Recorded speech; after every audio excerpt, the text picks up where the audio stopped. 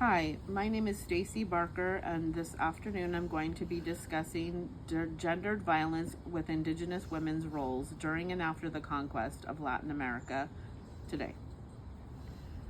The content is derived from my research paper, which uses primary sources as well as scholarly writings and lecture materials. I will discuss how the conquest violently shaped the Indigenous communities through oppression and resistance by women. Most of us learn about the conquest of the Aztecs, Incas, and Mayans through warfare and treaties. But as Professor Davenport pointed out, if we do not place the experiences of women at the center of colonial history, we do not grasp the full force of the conquest. My essay rewrites the conquest from gendered perspectives. Systematic sexual violence came with the conquest. Bernal Diaz Castillo penned, "Our captain gave them," which is the women of indigenous properties, "to the soldiers to use at their will." These were not unthinking acts. They were done to conquer indigenous societies. It was a matter of control. Without even consideration of what they could offer, they just performed these atrocities on the indigenous women. Las Casas also reported these atrocities. Violence had a tremendous cultural impact, resulting in what I term a cultural disillusion. Sor Juana Inez de la Cruz decried, "It seems I have been accused of being a woman and not for my ideas." These hierarchies were legitimized by religion. John Morello described it as a religion legitimates authority, norms, and hierarchies. Catholicism reshuffled indigenous gender systems. Maria Garcia states that Catholicism profoundly shaped gender norms in Latin America. Sex came to be institutionalized as inequality. The Nahua philosophical worldview previously viewed females as sacred beings, or as they perceived them, as women creatio destruo. However, under colonialism, females were relegated to roles of subordination and exclusion. Francisco de Vitorio asserted even unbelievers have natural rights, yet these were systematically denied. They were both political and spiritual leaders, the indigenous women, once they were included into the religious systems and also in their own cultures.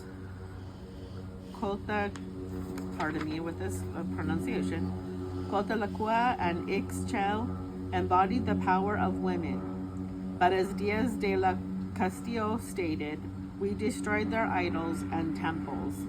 Kellogg discusses how women were supplanted by the Virgin Mary, a symbol of passive femininity. Pardon the plain. Women did resist, however. They revered women as custodians of knowledge.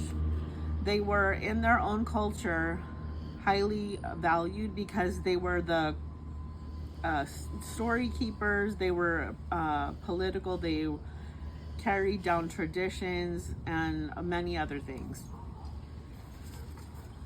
So when women were taken into convents, the indigenous women, they were oppressive, but they were still powerful because within this context, they could synchronize with the views of the Catholicism. They could protect their children and also educate them. They were allowed to read and write, but also carry on their cultural traditions in private and retain some form of autonomy, and it was very powerful for them. Sor Juana went to a convent and became a scholar. Sor Juana's advocacy, asserted by Stephanie Merriam, furnished early feminist criticisms within a colonial context. Indigenous women, together with enslaved women, were at the core of colonial labor systems. Linda Newsom stated, "Peasant women's knowledge and labor were the pillars of indigenous agricultural systems. They were very important." Andreas Resendez stressed that this exploitation was established at the basis of early capitalism. Piracy, rebellion, and activism were also a point of resistance. Women resisted beyond convents as well, as we saw with Anne Bonny and Mary Read, who subverted gender expectations as pirates. They were badasses, basically.